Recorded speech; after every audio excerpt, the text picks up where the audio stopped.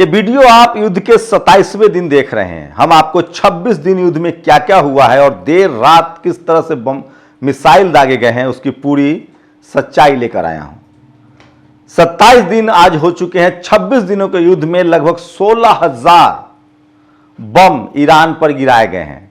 लेकिन आपको जानकर हैरानी होगी कि 16,000 बम गिरने के बावजूद ईरान जो है इस युद्ध से वापस नहीं लौट रहा है। वो सीज फायर के लिए तैयार नहीं है और वो सीधे सीधे अमेरिका को चुनौती दे रहा है।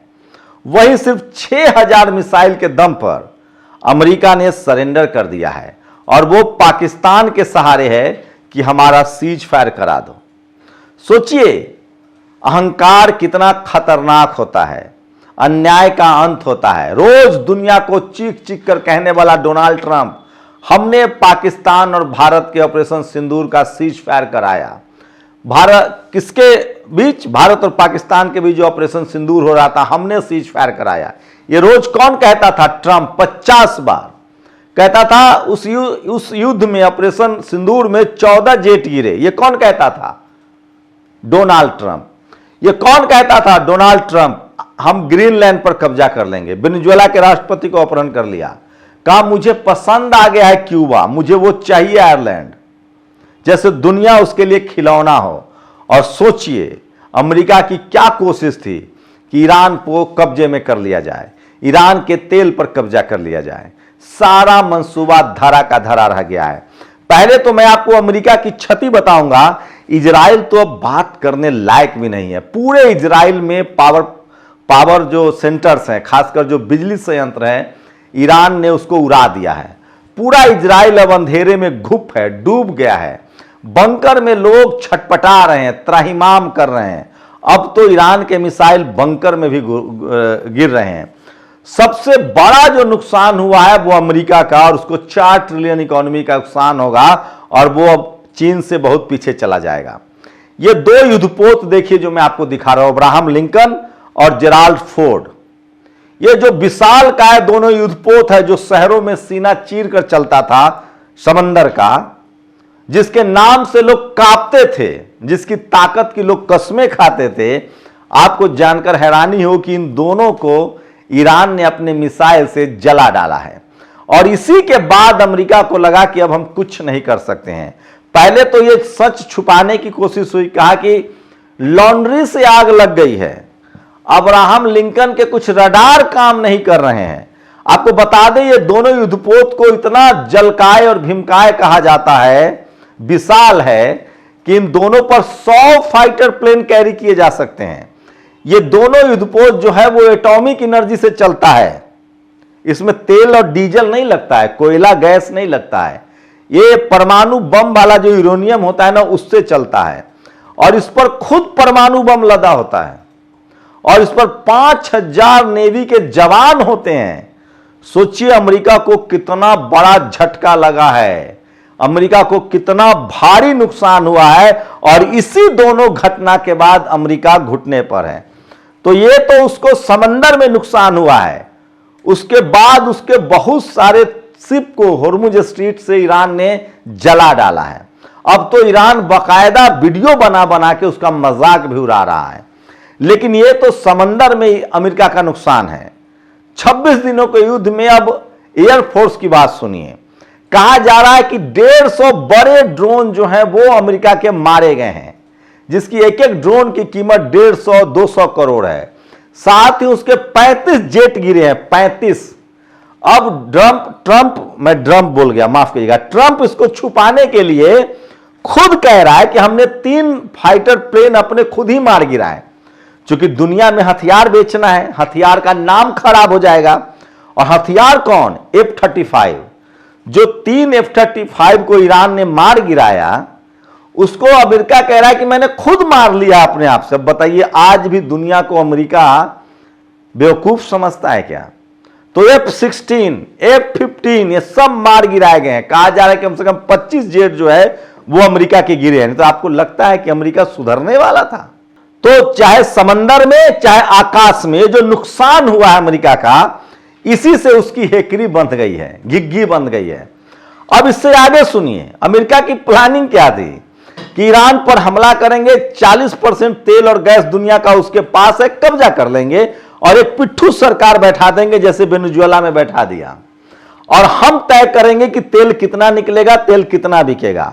और ये अमेरिका पहले से कर चुका था। ओमान का, कतर का, संयुक्त अरब अमीरात का, दुबई का, अबू धाबी का, सीरिया का, इन तमाम देशों, यहां तक कि इराक का, इन तमाम देशों के तेलों पर अमेरिका का कब्जा था। तेल का कुआं खाड़ी देशों, मुस्लिम समाज का, इस्लामिक कंट्री का। लेकिन वो बेचेगा कौन, खरीदेगा कौन, डॉलर में खरीद बिक्री हो, ये सब अमेरिका तय करता था। और एक झटके में ईरान ने सबको खत्म कर दिया है। ये हुआ है 26 दिनों में। तो सोचिए, जब अमेरिका की ये हालत है तो इजराइल का आप कल्पना कीजिए। साथ ही आगे बताऊंगा, 4 देश अब खुलकर ईरान के साथ लड़ रहे हैं, ईरान की मदद में लड़ रहे हैं। और इजराइल और अमेरिका पहले तो अमेरिका ने अपील की कि चीन वाले आ जाओ, भारत वाले आ जाओ, श्रीलंका, बांग्लादेश, पाकिस्तान वाले आ जाओ, होर्मुज स्ट्रीट खुलवाओ, नाटो, यूरोप के देश आ जाओ, फ्रांस आ जाओ, इंग्लैंड आ जाओ, जर्मनी आ जाओ, सब लोग आकर होर्मुज स्ट्रीट खुलवाओ। सब ने एक झटके में कहा कि हम नहीं आ रहे हैं। आप तो बहुत तिस्मारखा बन रहे थे, जेम्स बॉन्ड बन रहे थे, आप तो दुनिया को धमकी दे रहे हैं। सोचिए, यूरोप नाराज था क्योंकि डोनाल्ड ट्रंप ग्रीनलैंड छीनना चाहता था। लैटिन अमेरिका नाराज है, मेक्सिको को लोगों को हथकड़ी पहनाया। भारत के प्रधानमंत्री भी नाराज हैं, मोदी का करियर खराब कर देंगे, 14 जेट गिरे, हमने ऑपरेशन सिंदूर में सीज फायर कराया, फिर 50% का टैरिफ ठोक दिया था, 500 बिलियन का जबरदस्ती ट्रेड डील करवाया, आप रसिया से तेल नहीं खरीदेंगे, ईरान से तेल नहीं खरीदेंगे। तो इनकी सारी जो हेकरी थी अमेरिका की, वो 26 दिनों में स्वाहा निकल गया है। अब अमेरिका चिट्ठी लेकर घूम रहा है, कहां, पाकिस्तान को कह रहा है कि हमारी मीटिंग करा दो ईरान के साथ। सोचिए, पाकिस्तान को कह रहा है अमेरिका कि हमारी मीटिंग करा दो ईरान के साथ। और ईरान पता है क्या कह रहा है? ईरान कह रहा है 26 दिनों के युद्ध के बाद कि जो हार जाता है वो सीज फायर का बहाने ढूंढ रहा है। दरअसल अमेरिका सीज फायर नहीं कर रहा, वो हार से घबरा कर इस युद्ध से निकलने के लिए बहाने ढूंढ रहा है। और ईरान ने साफ कहा है, कोई समझौता नहीं, कोई सीज फायर नहीं, बदला लेंगे अफगानिस्तान पर हमले का, इराक पर हमले का। जोर दूर, इराक आजाद हो गया है और इराकी मिलिशिया ने साफ कहा है कि हम अमेरिका के खिलाफ लड़ेंगे ईरान के साथ। तो सोचिए, कुछ खाड़ी देशों को जरूर भड़काया गया था, कहा गया कुवैत ने हमला कर दिया है, सऊदी अरेबिया हमला कर दिया है। अरे जिस ईरान से अमेरिका नहीं जीत पा रहा है, अमेरिका सरेंडर कर चुका है, वो खाड़ी देश को क्या लड़ पाएंगे? तो सब कुछ झूठ बोला जा रहा है, खाड़ी देशों को भड़काया जा रहा है। उसमें भी अमेरिका की नीति है, क्योंकि खाड़ी देश से उसके पैर उखड़ गए हैं, तेल से उसका कब्जा खत्म हो गया है, तो वो चाह रहा है कि खाड़ी देश इस युद्ध में कूद जाए तो हम हथियार भी बेचें और दोबारा हम अपने सैनिक अड्डा को बना ले।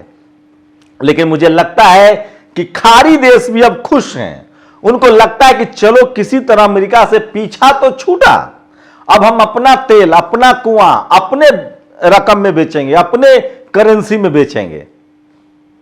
तो 26 दिनों के बाद अमेरिका अब कहीं मुंह दिखाने लायक नहीं है, घुटनों पर आ गया और ट्रंप इस युद्ध से बचने का बहाना ढूंढ रहा है।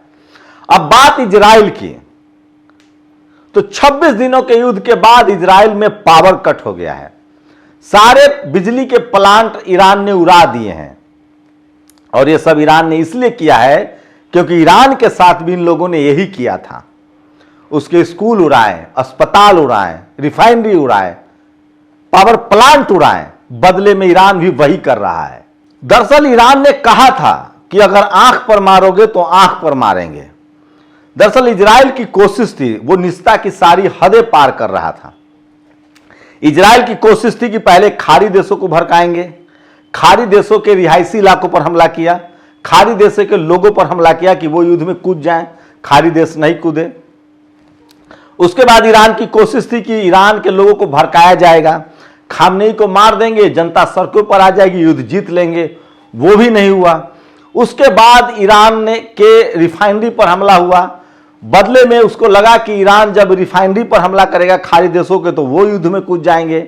ईरान ने वो भी करके दिखाया, अमेरिका के सैनिक अड्डों को तबाह किया, रिफाइनरी को तबाह किया। उसके बाद इजराइल ने अंतिम चाल चला कि पावर प्लांट उड़ाएंगे। अब ईरान भी पावर प्लांट उड़ाएगा तो युद्ध भड़क जाएगा, लेकिन ईरान ने कह दिया था कि जो भी देश अपनी जमीन का इस्तेमाल करने देगा हमारे खिलाफ, हम उस पर हमला करेंगे, चाहे वो कोई हो। और दुनिया में ईरान के इतना मिसाइल ही किसी के पास नहीं। अभी तो सिर्फ 6000 मिसाइल का इस्तेमाल हुआ है, 2.5 लाख मिसाइल है ईरान के पास। वो 10 साल तक इस युद्ध को लड़ सकता है। इतनी ताकत किसी के पास नहीं है, इतने मिसाइल्स किसी के पास नहीं है, क्योंकि ये 45 साल की तैयारी थी। और अब आंख के बदले आंख, जैसे ही खुर्रम शहर के एक पावर प्लांट को इजराइल ने उड़ाया, उसके बाद ईरान ने इजराइल के सारे रिफाइनरी और पावर प्लांट को उड़ा दिया है। तो अब इजराइल लगभग नक्शे से खत्म है। उसके लोग बंकरों में मर रहे हैं, धर्म परिवर्तन कर रहे हैं, और जो भाग सकता है वो भाग रहा है। यह हकीकत है। ईरान को दूसरा सबसे बड़ा फायदा, अमेरिका युद्ध से निकल चुका है, भाग रहा है। खाड़ी देश अब ईरान से लड़ने के लिए तैयार नहीं है। तुर्की के एर्दोगान ने तो साफ मना कर दिया कि हम नहीं लड़ेंगे ईरान से, हम इजराइल के खिलाफ हैं। वहीं ईरान के साथ लड़ने वाले देशों की लाइन लंबी होती जा रही है। पहले लेबनान ने लड़ना शुरू किया, हिजबुल्लाह ने बमबारी शुरू की, फिर यमन के लड़ाके हुती ने बमबारी शुरू की, और लगातार फिलिस्तीन के लड़ाके हमास भी ईरान की तरफ से लड़ रहे हैं। मतलब यह है, साफ है कि ईरान की संख्या बढ़ती जा रही है। अब इराक भी ईरान के साथ लड़ने के लिए तैयार हो गया, और साथ ही ईरान अब इस पोजीशन में है कि वो अपना तेल अपने हिसाब से बेच रहा है। अब उसने कहा है कि जो भी अमेरिकी के दोस्त हैं या जो भी अमेरिका इजराइल के पक्ष में है, उनको $20 लाख एक एक नाव, एक एक शिप गुजारने के लिए होर्मुज स्ट्रेट से देना पड़ेगा। साथ ही वो कह रहा है कि युद्ध तभी समाप्त होगा जब अमेरिका ईरान पर हुए हमले के भरपाई करेगा। एक एक रुपए की भरपाई करनी होगी, कम से कम $100 मिलियन। उसके साथ ही ईरान ने साफ कहा है कि इस युद्ध को हम तय करेंगे कि कब खत्म करना है। तो सोचिए, युद्ध उस मोड़ पर पहुंच गया। दुनिया में किसी को भरोसा नहीं था कि यह युद्ध ईरान जीतने जा रहा है। आपको जानकर हैरानी होगी कि अभी भी ईरान के किसी भी सैनिक अड्डे और खासकर मिसाइल जो भंडार है, उस पर अमेरिका हमला नहीं कर पाया है, जबकि लगभग 1500 बम गिराए गए हैं।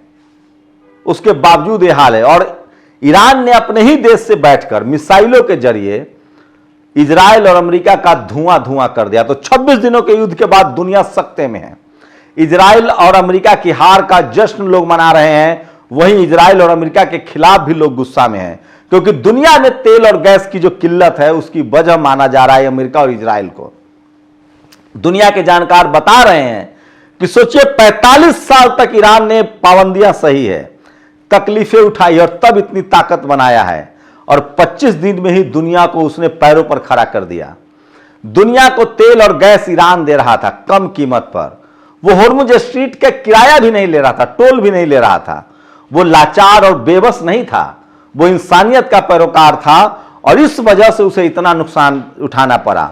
दुनिया को पता चल गया कि अमेरिका एक साम्राज्यवादी देश है और इजराइल एक परजीवी है, जो अमेरिका के कंधे पर बैठकर ग्रेटर इजराइल का सपना देख रहा था। उसकी कोशिश थी कि पहले फिलिस्तीन, फिर लेबनान, उसके बाद ईरान, उसके बाद फिर तुर्की, इन तमाम देशों पर हम कब्जा कर लेंगे और हमारे साथ अमेरिका है। लेकिन अमेरिका का सारा सपना धरा का धरा रह गया है, और 26 दिनों के युद्ध के बाद ये फैसला हो चुका है, ये साफ हो चुका है कि इस युद्ध में ईरान जो है वो विजेता है, और अमेरिका और इजराइल जो है वो सबसे बड़ा लूजर है। उसके हथियारों की अब कोई मार्केट में वैल्यू नहीं है, और अब तो दुनिया ईरान की तरफ देख रही है। नॉर्थ कोरिया ने कहा है कि जब जरूरत होगी तब हम इस युद्ध में ईरान के साथ हैं। रूस और चीन ईरान के साथ है। तो अब दुनिया भर के देशों को लगने लगा है कि अमेरिका बेवजह का सौदागर था, बेवजह का बादशाह था। उसके हथियार को जंग लग चुका है, उसका हथियार महंगा और आउटडेटेड हो चुका है, और उन फाइटर प्लेन से युद्ध नहीं जीता जा सकता है। और इसीलिए आज साउथ कोरिया ने भी अपना फाइटर प्लेन का प्रदर्शन किया है। तो यह है ताकत ईरान की, और युद्ध के 26 दिनों में यह साबित हो गया है कि ईरान ने अमेरिका और इजराइल को ध्वस्त कर दिया है। हाँ, ये अलग बात है कि अमेरिका और इजराइल ने आम ईरानियों को मारा है, गरीब लाचार लोगों को मारा है, शहरियों को मारा है, सैनिक अड्डों तक पहुंच नहीं है। लेकिन अभी भी ईरान युद्ध के नियमों का पालन कर रहा है और वो खाड़ी देशों में कम से कम सैनिक अड्डों पर हमला कर रहा है जहां अमेरिकी फौज है। लेकिन इजराइल के मामले में वो ये भूल गया है और वो फिलिस्तीन और लेबनान का बदला ले रहा है और अब शहरों में भी, इजराइल के शहरों में भी वो बम गिरा रहा है। तो 26 दिनों तक ये स्थिति है। आज युद्ध का 27वां दिन है। उम्मीद है कि ये युद्ध रुक जाए, अमेरिका अपने घुटनों पर हो, इजराइल अपना समर्पण कर दे ताकि दुनिया को गैस और तेल मिल सके। सोचिए, आप 25 दिनों में छटपटा रहे हैं, इजराइल ने वो जुल्म 45 साल सहे हैं। शुक्रिया। नेशनल दस्तक की आपसे गुजारिश है कि अगर इसको बचाना चाहते हैं तो नेशनल दस्तक को सब्सक्राइब करने के लिए रेड कलर के सब्सक्राइब बटन को दबाएं, फिर बेल आइकन की घंटी दबाएं। नेशनल दस्तक को बचाने के लिए बहुत जरूरी है कि हर खबर को शेयर करें, लाइक करें, कमेंट जरूर करें।